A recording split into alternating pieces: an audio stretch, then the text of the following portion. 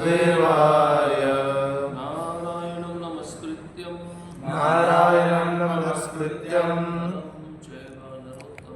नरं चैव नरोत्तमं देवीं सरस्वतीं व्यासं ततो जयमुदीरयेत्।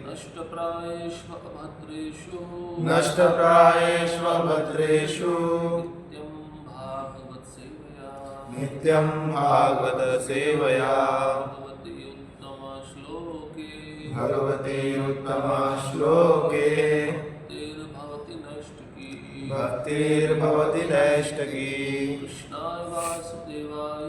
कृष्णाय वासुदेवाय देवकी नंदनाय च नंदगोपकुमाराय गोविंदाय नमो नमः। ग्रंथराज श्रीमद्भागवतम पहला स्कंद अध्याय क्रमांक 18 श्लोक क्रमांक 7। न अनुद्वेष्टि कलिं सम्राट न अनुद्वेष्टिं कलिं सम्राट सारंग इव सारभूत सारंग इव सारभूत कुशलान्याशु सिद्ध्यन्ति कुशलान्याशु सिद्धन्ति नेतराणि कृतानि यत् नेतराणि कृतानि यत्।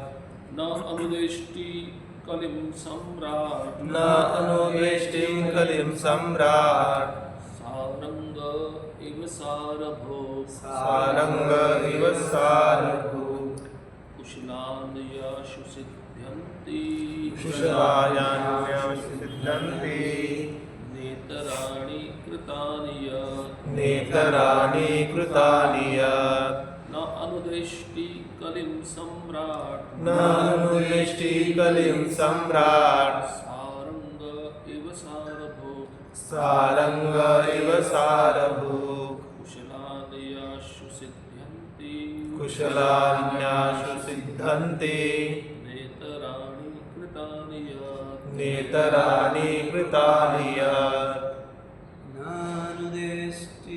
न अनुद्वेष्टि कलिं सम्राट न अनुद्वेष्टि कलिं सम्राट सारंग इव सारभूत सारंग इव सारभूत कुशलान्याशु सिद्ध्यन्ति कुशलान्याशु सिद्धन्ति नेतराणि कृतानि यत् नेतराणि कृतानि यत्। न अनुद्वेष्टि कलिं सम्राट न अनुद्वेष्टि कलिं सम्राट सारंग इव सारभूत सारंग इव सारभूत कुशलान्याशु सिद्ध्यन्ति कुशलान्याशु सिद्धन्ति नेतराणि कृतानि यत् नेतराणि कृतानि यत्। नानुद्वेष्टि कलिं सम्राट नानुद्वेष्टि कलिं सम्राट सारंग इव सारभूत सारंग इव सारभूत कुशलान्याशु सिद्धन्ति कुशलान्याशु सिद्धन्ति नेतराणि कृतानि यत् नेतराणि कृतानि यत्। शब्दार्थ न न कभी नहीं कभी नहीं अनुद्वेष्टि अनुद्वेष्टि ईर्ष्यालु ईर्ष्यालु कलिम कलिम कली को कली को सम्राट सम्राट सम्राट सम्राट सारंग सारंग मधुमक्खियों की भांति यथार्थवादी मधुमक्खियों के भांति यथार्थवादी पीछे तो बोलिए इव इव सदृश सदृश सारभूत सारभूत सार को ग्रहण करने वाला सार को ग्रहण करने वाला कुशलानी कुशलानी शुभ वस्तुएं शुभ वस्तुएं आशु आशु शीघ्र शीघ्र सिद्ध्यन्ति सिद्धन्ति सफल होते हैं सफल होते हैं न न कभी नहीं कभी नहीं इतराणी इतरानी अशुभ अशुभ कृतानि कृतानि किए जाने पर किए जाने पर यद जितना अनुवाद और तात्पर्य डिवाइन ग्रेस के भक्ति वेदांत स्वामी श्री प्रभुपाद द्वारा श्री प्रभुपाद की जय। अनुवाद महाराज परीक्षित मधुमक्खियों की तरह यथार्थवादी थे, जो केवल पुष्प के सार को ग्रहण करती है। वे ये भली भांति जानते थे कि इस कलयुग में कल्याणकारी वस्तुएं तुरंत ही अपना शुभ प्रभाव डालती हैं, जबकि अशुभ कर्मों को वास्तविक रूप में संपन्न करना पड़ता है जिससे प्रभाव जमा सके।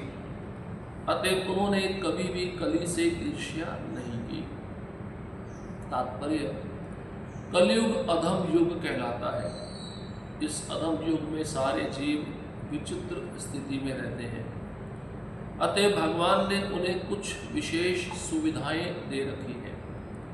अतः भगवान की कृपा से जब तक जीव किसी पापपूर्ण कार्य को वास्तव में करता नहीं है, तब तक वह उस कर्म का भागी नहीं होता। अन्य युगों में पापपूर्ण कर्म का विचार करने से ही मनुष्य कर्म फल का भागी बन जाता था।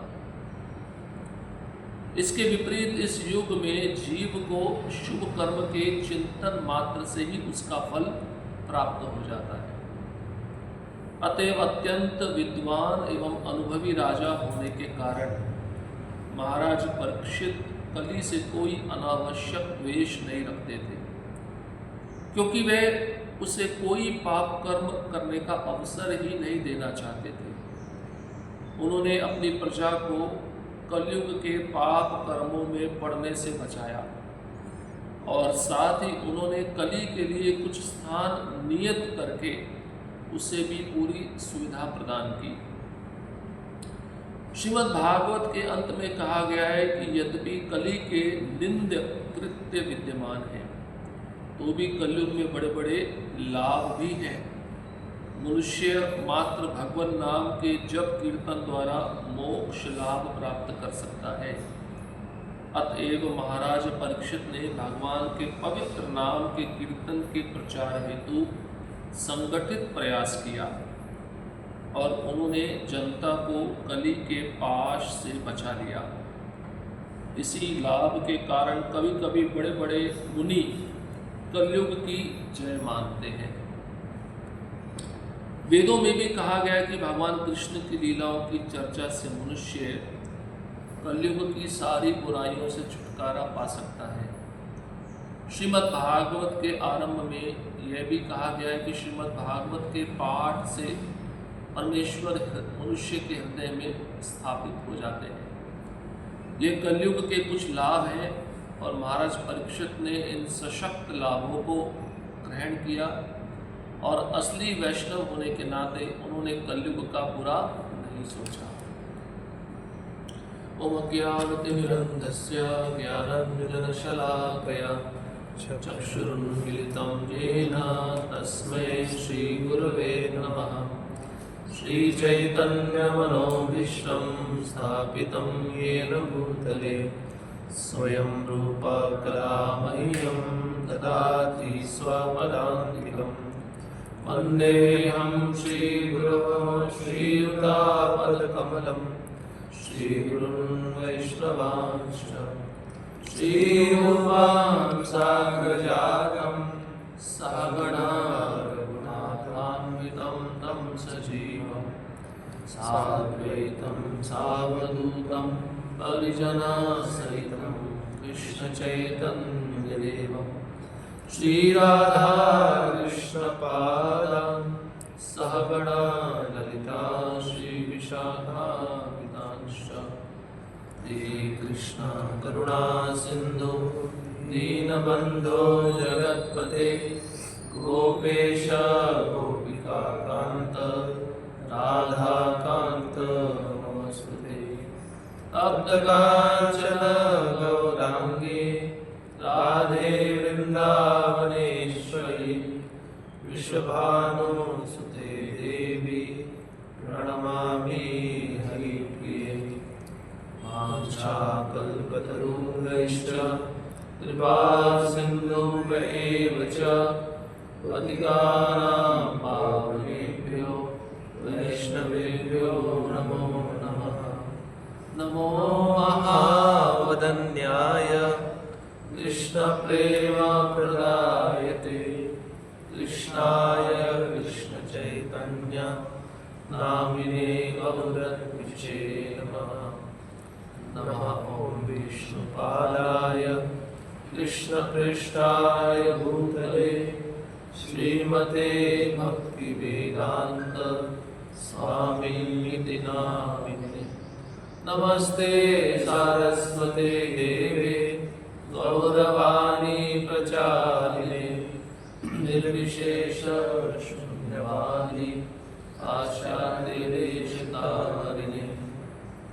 जय श्री कृष्ण चैतन्य प्रभु नित्यानंद श्री अद्वैत गदाधर श्रीवासादि गौर भक्तवृंद। हरे कृष्णा कृष्णा कृष्णा हरे हरे हरे राम राम राम हरे हरे।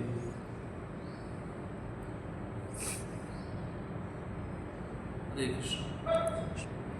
उपस्थित सभी भक्तों की चरणों में कृपा की याचना चाहता हूँ। मुझे अनुमति दीजिए इस भागवत के श्लोक में कुछ कह सकूँ, विशेषतः अपने शुद्धिकरण के लिए।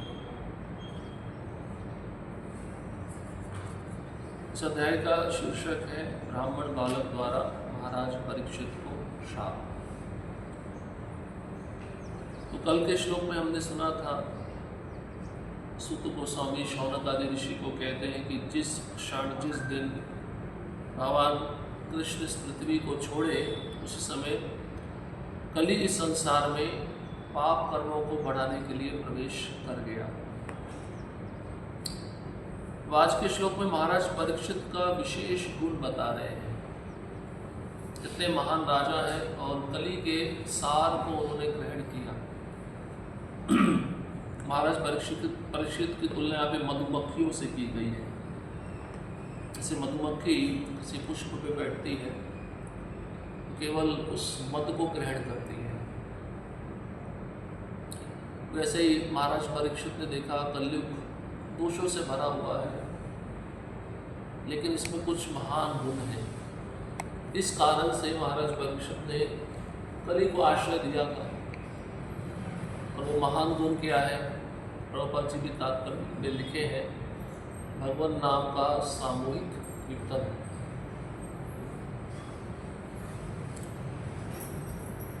तो कलयुग में एक विशेष बात प्रभुपाद जी बता रहे हैं कि मन में अगर पाप आ जाए, जब तक व्यक्ति उस पाप को शरीर से नहीं करता है तब तक उसको फल नहीं मिलेगा।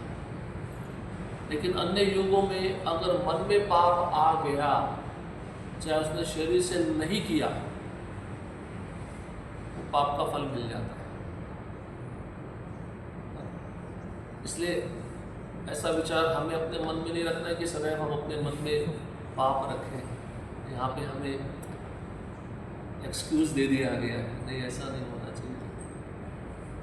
प्रभुपाद जी कहते हैं कलयुग के लोग बड़े विचित्र होते हैं, विचित्र स्थिति में रहते हैं। विचित्र मतलब मानसिक उनकी दशा होती है, बड़ी विचित्र होती है ना। कली दोषे निधे राजन एको अस्ति महान गुणा कृष्णाद एव कीर्तनस्य मुक्ता संग परम मुझे। कलयुग दोषों के खान है, केवल एक महान गुण है भगवान कृष्ण का कीर्तन। उसको करने से क्या होगा? मुक्ता संगा परम मुझे, वो 3 गुणों से मुक्त हो जाएगा। परम मतलब भगवान के धाम, मुझे मतलब जाना, भगवान के धाम चला जाएगा। तो कलयुगी जीवों के लिए एक ही उपाय है, वो है भक्तों के संग में आकर भगवान नाम का कीर्तन करना, जप करना। इसी को करने से वो कली के प्रभाव से बच सकते हैं। तो कली क्या क्या करवा रहा है हमसे? भाषा पे विवाद हो रहा है, नदियों के लिए विवाद होता है, जमीन के लिए विवाद होता है, पैसे के लिए विवाद होता है। ये सब कौन करा रहे हैं? कली तो करा रहे हैं। अब हर एक व्यक्ति का मनस्थिति बड़ा विचित्र है, समझ नहीं सकते। ऐसा तो बहुत बार देखने को मिलता है। अभी रिसेंट में क्या हुआ, 19 साल का एक कॉलेज का लड़का था, मुंबई में कॉलेज, इंजीनियरिंग कॉलेज में पढ़ता था। उसने अपनी ट्रेन का एक पास बनवा रखा था, वो पास ख़त्म हो गया था, उसका डेट एक्सपायर हो गया था। उसने एसी पास की बजाय उसने लोकल ट्रेन का एक पास लिया। उस लोकल ट्रेन से वो सफ़र कर रहा था तो भीड़ बहुत थी। थोड़ा सा आगे गया, उसने बोला कि थोड़ा आगे हो जाओ, हिंदी में बोला, मराठी था, हिंदी में बोला। इतने में आजू बाजू के जो लोग थे उनको ये शब्द अच्छे नहीं लगे, तो उन लोगों ने बोला तुम मराठी में क्यों नहीं बोलते? उस लड़के ने बोला मैं मराठी ही हूँ। तो तुम्हें फिर मराठी बोलनी चाहिए, तुम मराठी हो। उन 4-5 लोगों ने उस लड़के को पीटा, हिंदी क्यों बोला तुमने? वो लड़का इतना डिस्टर्ब हो गया, मानसिक संतुलन इसका इतना बिगड़ गया, जैसे तैसे करके घर आया। और माता पिता ने देखा किसी से बातचीत नहीं कर रहा है, कुछ व्यवहार भी बहुत मानसिक रूप से ठीक नहीं है। तो माता पिता ने पूछा, पिता को इतना ही बोला कि मेरी मनस्थिति ठीक नहीं है, आप मुझे अकेला छोड़ दो। और अगले दिन उसने सुसाइड कर लिया, आत्महत्या कर ली। कब किसकी मनस्थिति बिगड़ेगी कुछ बता नहीं सकते। कर्नाटका वाले बोलते हैं कन्नड़ बोलना चाहिए, महाराष्ट्र वाले बोलते हैं मराठी बोलना चाहिए। और टोल टैक्स पे एक कर्नाटका का व्यक्ति था, अब उत्तर भारत का एक लड़का था, वो टोल टैक्स पे खड़ा था, उसने हिंदी में बात किया, बोलता तू कन्नड़ बोल। बोले मैं नहीं बोलूँगा, ये हिंदुस्तान है, यहाँ पे हिंदी बोली जाती है। कर्नाटका बाद में, पहले हिंदुस्तान। ऐसे लड़ाई झगड़े चल रहे। क्या है? कली ही तो है, और क्या है? जो व्यक्ति की मनोदशा को पूरी तरह बदल रहा है, वो नहीं चाहता कि कोई भी व्यक्ति शांति से रहे, शांति उसको पसंद नहीं है। कली का अर्थ है कलह, कुछ ना कुछ उपद्रव वो करता ही रहेगा। इसलिए प्रभुपाद जी कहते हैं विचित्र स्थिति है लोगों की कलयुग में। सुना ना आपने, कृष्णा नदी के लिए कर्नाटक भी लड़ता है, कभी कभार महाराष्ट्र भी लड़ता है। बेलगांव के लिए कर्नाटक भी लड़ता है, महाराष्ट्र भी लड़ता है। वो कहता है ये हमारे हिस्से में आ जाए, वो कहता है नहीं हमारे हिस्से में आ जाए। जबकि जाना कुछ भी साथ में नहीं है, ना पानी जाएगा, ना जमीन जाएगी, ना पैसा जाएगा, कुछ नहीं जाएगा। लेकिन कली का कितना ज़्यादा संभाव है।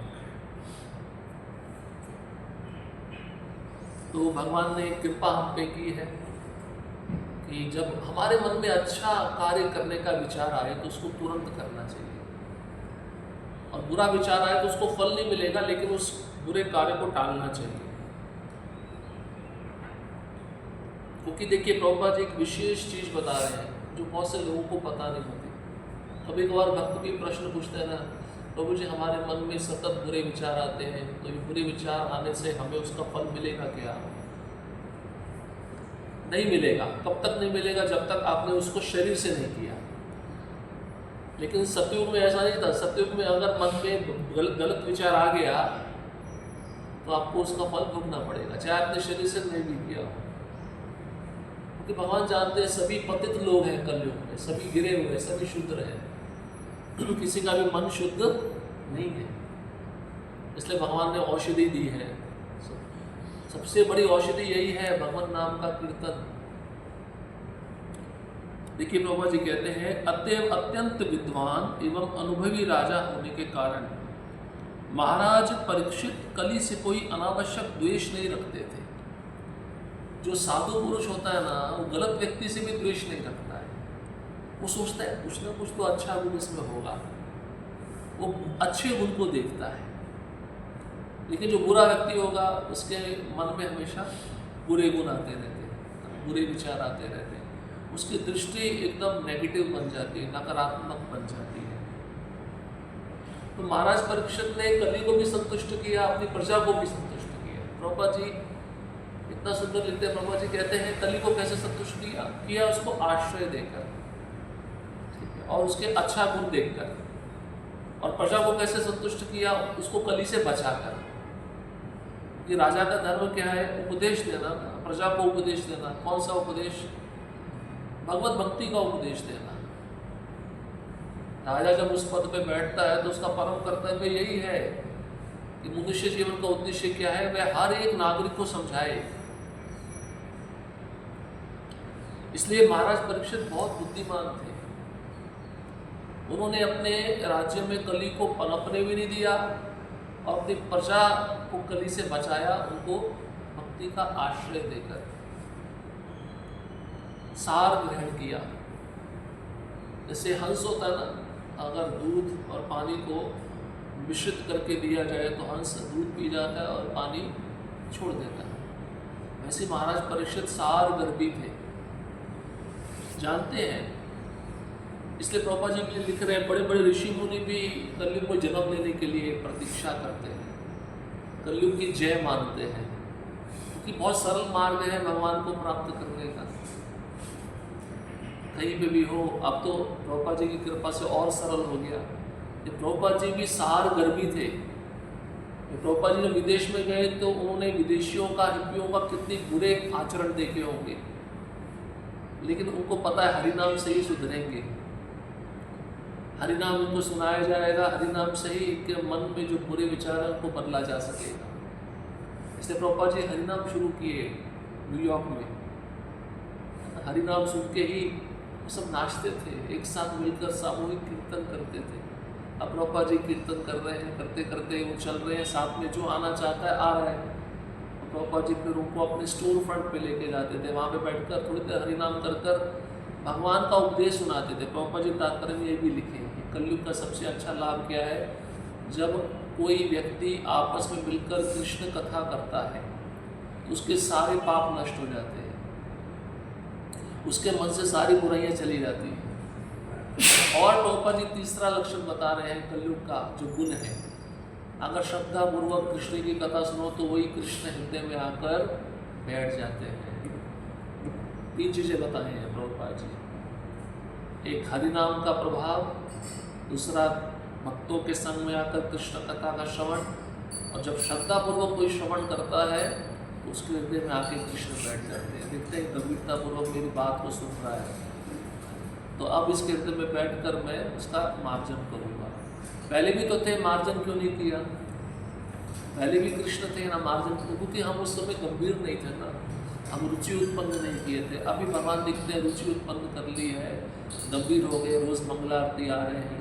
कभी हवा ठंडी होती है तो फिर थोड़ा चूक जाते हैं, लेकिन फिर भी भगवान कहते हैं नहीं, ये गंभीरतापूर्वक प्रयास कर रहा है, इसलिए इसके हृदय में मैं बैठकर इसका जो चित्त है उसको मैं निर्मल बनाऊंगा, उसका मार्जन करूंगा।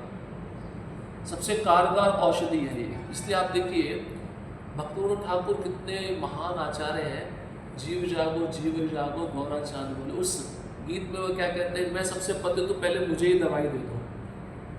महाप्रभु से वो हरे कृष्ण महामंत्र मांग रहे हैं, पहले आप मेरा इलाज करो, मैं सबसे गिरा हुआ आदमी हूँ। ये औषधि बाद में देना, किसी और को बाद में देना, लेकिन पहले मुझे दे दो। इसलिए यहाँ पर अच्छा मुनि की बात छोड़ दीजिए, बड़े बड़े देवता भी कलयुग में मनुष्य शरीर प्राप्त करने के लिए इच्छुक हैं। भागवतम के 5वें स्कंद में लिखा है, देवता लोग बोलते हैं भगवान को, हमें कलयुग में ही मनुष्य शरीर चाहिए। भगवान अगर पूछे हाँ भाई कलयुग में क्यों चाहिए, सतयुग में क्यों नहीं चाहिए? बोले कलयुग में आयु कम रहती है लेकिन मार्ग बहुत सरल है। सतयुग में आयु लंबी है, मार्ग बहुत कठिन है। लंबी आयु होने से वो मार्ग, कठिन मार्ग को चलना पड़ेगा ना, कितना समय तक चलेंगे। लेकिन कम आयु होने पर सरल मार्ग है। उसमें कुछ कारण बताए गए हैं कि हम पृथ्वी पर मनुष्य शरीर क्यों लेना चाहते हैं। क्योंकि भगवान पृथ्वी पे ही प्रकट होते हैं ना, अपने ओरिजिनल धाम में तो प्रकट नहीं होते, ऑलरेडी प्रकट है वहाँ पे। तो भगवान जब आएंगे तो यहाँ पे लीला करेंगे, इसलिए देवता बोलते हैं हमें वो देखना है, वो धाम देखने हैं। ऐसे अयोध्या है, जगन्नाथपुरी है, वृंदावन है, मायापुर है। फिर बोलते हैं देवता दूसरा कारण है पवित्र नदियाँ बहती हैं। गंगा है, यमुना है, सरस्वती है, नर्मदा है, कावेरी है, कृष्णा है, इन नदियों का संबंध है भगवान के साथ। नदियों को स्पर्श करके हम पवित्र हो जाएंगे। तीसरा है भक्तों का संग है। तीसरा कारण बताते हैं, उच्च लोकों में भक्ति है नहीं, वहाँ पे भक्तों का संग नहीं है। पृथ्वी पे भक्ति है, पृथ्वी पे भक्तों का संग है। उन भक्तों के संग में रहकर हम क्या करेंगे? कृष्ण कथा को सुनेंगे, हम अपने को इस प्रकार से शुद्ध कर सकते हैं। चौथा क्या? हरिनाम है। इस प्रकार से उन्होंने बहुत सारे कारण बताए हैं क्यों हमें जन्म लेना है पृथ्वी पर मनुष्य शरीर के रूप में, वो भी भारत भूमि पे। तो मुनिगण तो स्तुति करते हैं कलयुग की, लेकिन देवता भी करते हैं। जब वो अपने लोगों से देखते हैं पृथ्वी पर ये मनुष्य किस प्रकार से भक्तों के संग में आकर भक्ति कर रहे हैं, तो देवताओं के मन में भी उत्साह पैदा होता है, वो चाहते हैं जन्म लेना। तो हर प्रकार से हम अच्छी स्थिति में हैं। आप सोचिए, अगर भक्ति में हम नहीं होते तो हमारी मनोदशा कैसी होती। जब व्यक्ति डिप्रेशन में जाता है, उसको मानसिक तनाव ज़्यादा सताने लगता है, तो उसके मन में क्या विचार आते हैं? तो नशे का सहारा लेता है, नशे से मैं अपने दुख को खत्म करूंगा, है ना, या फिर आत्महत्या करने का विचार आता है ना। यही दो मार्ग है ना। सोचिए, अगर आत्महत्या किया तो व्यक्ति आत्महत्या करने के बाद क्या बनता है? भूत बनता है, प्रेत बनता है, पिशाच बनता है। और नशा के रास्ते पे जाता है तो अपने शरीर को पूरी तरह खराब कर देता है। दोनों परिस्थिति में कितना कष्ट है। लेकिन प्रभुपाद जी की कृपा से, वर्तमान आचार्यों की कृपा से, जिस मार्ग पे हम लगे हैं एकदम शुद्ध मार्ग है, और इसमें ना नशे का विचार है ना आत्महत्या का विचार। अभी स्कूल में दिल्ली में एक बच्चा था 16 साल का, तो 3-4 टीचर मिलकर उस बच्चे को थोड़ा टॉर्चर करते थे, मानसिक रूप से प्रताड़न प्रदान करते थे। अब कोई डांस कंपटीशन हुआ तो बच्चा सही स्टेप नहीं कर पाता तो टीचर उसका हंसी मजाक उड़ाते थे, जो कि नहीं करना चाहिए। तो बच्चा बार बार जब इम्प्रेशन होता है तो मन पे बहुत प्रभाव डालता है। उस बच्चे के मन पे इतना प्रभाव हुआ कि उसने भी घर जाके सुसाइड कर लिया। सुसाइड करने से पहले एक नोट लिखा अपने माता पिता को कि मैं आपकी इच्छा को पूरा नहीं कर पाया, आखिरी बार मुझे क्षमा कर दें। 16 साल के बच्चे के मन में भी ये विचार आते हैं, वो हंसी मजाक को ज़्यादा सहन नहीं कर पाता। कभी कभार भक्ति में भी हम देखते हैं ना, जैसे प्रभु जी भी कल बता रहे थे, भक्तों के भी समाज में कली प्रवेश कर चुका है और वो भी अपना स्थान अच्छे से बना रहा है। अच्छा, कैसे देखा जाए भक्तों के समाज में कली ने अपना अच्छा स्थान कहाँ बनाया है? कैसे देखा जाए? कोई भक्त है, उसके मन में भौतिक इच्छाएं हैं, वो भक्ति के नाम पर भौतिक इच्छाओं को पूरा करने में लगा हुआ है, कली बैठा है। हाँ, वही लाभ, पूजा, प्रतिष्ठा, प्रशंसा, ये कली के लक्षण है। और महाप्रभु क्या बोले हैं, अगर आप भक्ति रूपी मूल लता को पानी ना डालकर आप इन अनावश्यक खरपतवार को पानी डालोगे तो ये ज़्यादा बढ़ेगी। जब ज़्यादा बढ़ेंगी तो आपके मन में इच्छाएं भी और बढ़ेंगी। तो उस खरपतवार का उन्मूलन कैसे किया जाए, उसको कैसे नष्ट किया जाए? अच्छे संग में आकर जो भक्त अपना लक्ष्य बनाकर भाव भक्ति के स्तर पे चल रहे हैं, प्रेम भक्ति के स्तर पे चल रहे हैं, जो इसी जन्म में भगवत प्राप्ति करने के लिए बहुत गंभीरतापूर्वक प्रयास कर रहे हैं, उनके संग में आकर ये प्रयास करना पड़ेगा। हरि कथा का श्रवण, भगवान नाम का कीर्तन, उनके संग में रहकर सेवा, तभी हम कली के प्रभाव से बच पाएंगे। अन्यथा बहुत कठिन है, बहुत कठिन है। जैसे जैसे कलयुग बढ़ेगा उसका प्रभाव भी बढ़ता जाएगा ना। जैसे अभी देखिए, बच्चा छोटा होता है ना, बच्चा धीरे धीरे बढ़ता है तो उसके शरीर में शक्ति भी बढ़ती है, उसकी इंद्रियों में वेग भी बढ़ता है, वैसे कली बढ़ रहा है। मतलब 4,32,000 साल इसकी आयु है, केवल 5,000 वर्ष बीते हैं। लेकिन जैसे जैसे बढ़ेगा, भागवतम में लिखा है, व्यक्ति का आयु कम होता जाएगा, व्यक्ति के मन में दूषित विचार बढ़ते जाएंगे, उसका शक्ति, उसकी शरीर शारीरिक शक्ति है वो खत्म होती जाएगी, उसकी बुद्धि है क्षीण होती जाएगी। कली ऐसे असर करता है, लेकिन जो शुद्ध भक्त है कली अपना प्रभाव उन पे नहीं दिखा पाता। अब प्रभुपाद जी पे कली अपना प्रभाव कभी नहीं दिखा पाया। प्रभुपाद जी कहते हैं जन्म से लेके अंतिम पर्यंत तक ऐसा कोई समय नहीं गया, ऐसा कोई क्षण नहीं गया कि मैं कृष्ण को भूला ना हूं, नित्य मैं कृष्ण को स्मरण करता हूं। इसलिए कोटेशन है प्रभुपाद जी के बारे में, मैं हमेशा इसको याद रखता हूँ। प्रभुपाद जी हमेशा सत्य को देखते थे, हमेशा सत्य को सुनते थे और हमेशा सत्य के विषय में बोलते थे। जो व्यक्ति, सत्य क्या है? कृष्ण है। जो कृष्ण को देख रहे हैं, कृष्ण के बारे में सुन रहे हैं, जो कृष्ण के बारे में बोल रहे हैं, उन पर कली अपना प्रभाव कैसे डालेगा? इसलिए प्रभुपाद जी विदेश में गए, अपना संग उन्होंने दिया, उन हिप्पियों का संग नहीं लिया। इससे पहले प्रभुपाद जी के बहुत सारे गुरु भाई गए थे प्रचार करने के लिए, लेकिन वो प्रभावित हो गए उस संग से। उन्होंने गुरु महाराज को बोला, आप जो प्रचार बोल रहे हैं ना लोगों को, ये असंभव है, चार नियमों का ये पालन कर ही नहीं सकते, और 4 नियमों में से भी अवैध स्त्री पुरुष संग है, वो तो बात ही छोड़ दो। उन्होंने अपने गुरु को आके बोला, जिन गुरु ने उनको आदेश दिया था कि आप भक्ति का प्रचार करो। लेकिन प्रभुपाद जी का दृष्टि ऐसा नहीं था।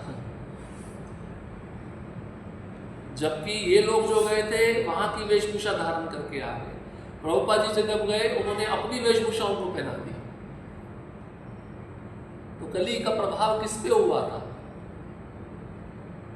हिप्पियों पे ज्यादा था ना। उस कली के प्रभाव को तो उन्होंने नष्ट किया। इसलिए कली से जो मुक्त शुद्ध भक्त है वही दूसरे के ऊपर कली के प्रभाव को खत्म कर सकता है। जैसे यहाँ पे परीक्षित महाराज अपनी प्रजा को कली से बचाए, क्योंकि मुक्त पुरुष है, शुद्ध भक्त है।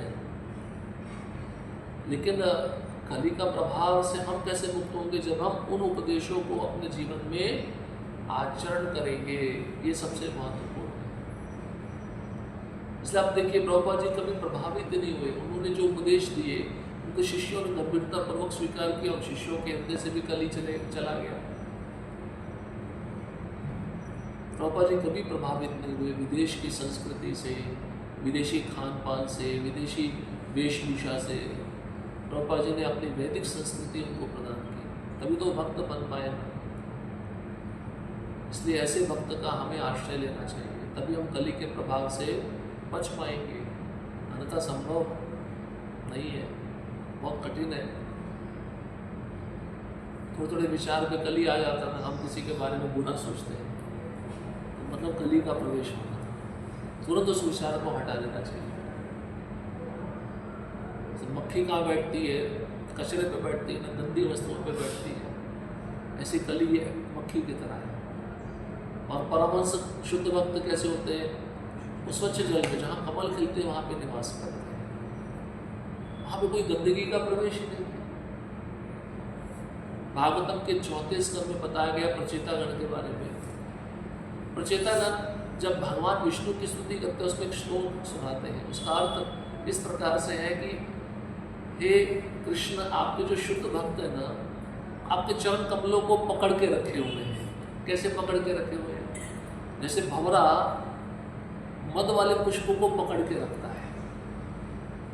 अभी मधुमक्खी का बात है ना, मधुमक्खी है, भंवरा है, तो देखा आपने कितनी देर तक वो चिपक कर बैठा रहता है, मद ग्रहण करता रहता है, उसको आनंद आता है। तो मद क्या है? भगवान कृष्ण के चरण कमलों से निकलने वाला उनका यश, उनका गुण, नाम, लीला, ये मद है। उसको भक्त चूसते रहते हैं, उसमें रमण करते रहते हैं। तो ऐसा जब हम बनेंगे प्रभुपाद जी के और वर्तमान आचार्यों के आश्रम में आकर, तभी हम कली के प्रभाव से बच सकते हैं। कली का ऐसा प्रभाव है कि व्यक्ति आयु भी नहीं सोचता है। समझते हैं ना? दूषित संग बहुत ज़्यादा मात्रा में हो रहा है। मानसिक स्थिति व्यक्ति की बहुत गिरती जा रही है, चाहे वाणी के रूप में हो, चाहे दृष्टि के रूप में हो, और चाहे आचरण के रूप में हो। है या नहीं? हमारा मन जब विषयों में जाता है, हमारी इंद्रियां विषयों में लगती है, तो हमारे मन में विचार नहीं आता कि हम गलत देख रहे हैं, इसको नहीं करेंगे। हम अपने मन को समझाते भी नहीं, कारण कली अपना दिल में जगह बना रहा है। वो कहता है ठीक है, आपने दृष्टि से देख लिया, कोई समस्या नहीं है, अब वाणी से थोड़ा आप उसका गुणगान कर लो। वाणी से भी गुणगान कर लिया, कोई समस्या नहीं है, आप अपने शरीर से आचरण कर लो। कुसंग में हम पड़ जाते हैं, और शरीर से हमेशा कुसंग नहीं होता, इंद्रियों से भी होता है। इंद्रियां ज़्यादा खतरनाक है, इसलिए इंद्रियों को शुद्ध बनाने के लिए सदैव हमें इंद्रियों को कृष्ण की सेवा में लगाए रखना चाहिए। जैसे अजामिल था, उसने कली का दर्शन किया ना, किस रूप में? एक स्त्री और पुरुष के संग के रूप में किया ना, ये कली ही है। जैसे विचारों को हमारे मन में डालता है, इसलिए इन विचारों से बचना चाहिए। बचने के लिए क्या करना पड़ेगा? प्रभुपाद जी के ग्रंथ अच्छे से पढ़ने होंगे, उनको समझना होगा। इसलिए प्रभुपाद जी कहते हैं सार रूप में 3 चीज़ें हैं। मनुष्य जब भगवान नाम का कीर्तन या जप करेगा सामूहिक रूप से, तब वो कली से बच सकता है। दूसरा, जब वो सामूहिक रूप में आकर भक्तों के संग में कृष्ण कथा की चर्चा करेगा, तब वो कली के प्रभाव से बच सकता है। और जब वो श्रद्धापूर्वक कथा श्रवण करेगा, उन उपदेशों को अपने जीवन में उतारेगा, भगवान कृष्ण उसके हृदय में आकर उसके चित्त का मार्जन करेंगे, तब वो कली के प्रभाव से बच सकता है। चौथा कोई मार्ग नहीं है।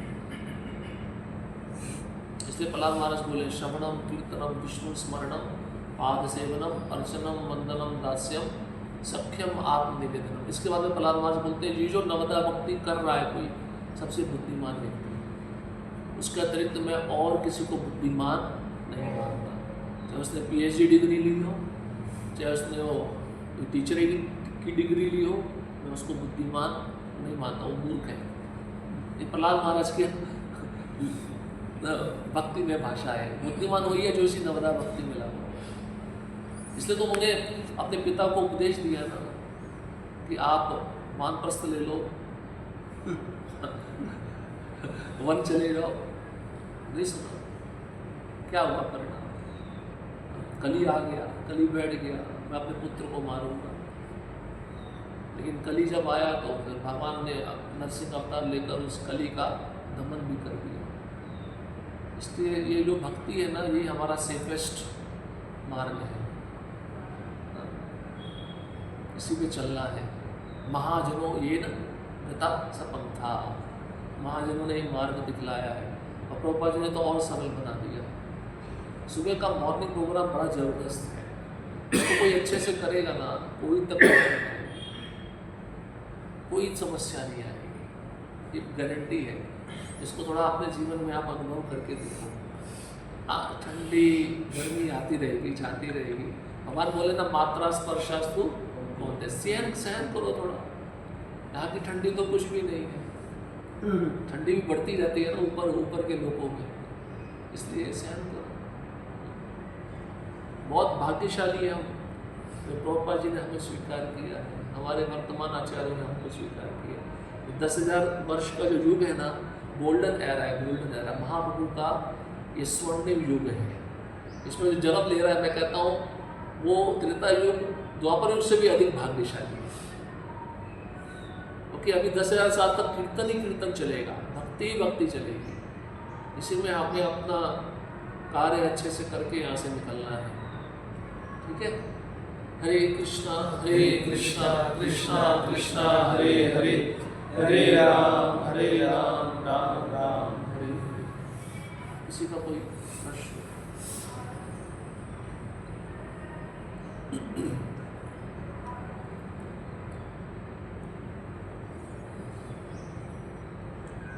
श्री राधा श्याम सुंदर जी की जय, श्री प्रभुपाद की जय, समवेत भक्त वृंद की जय।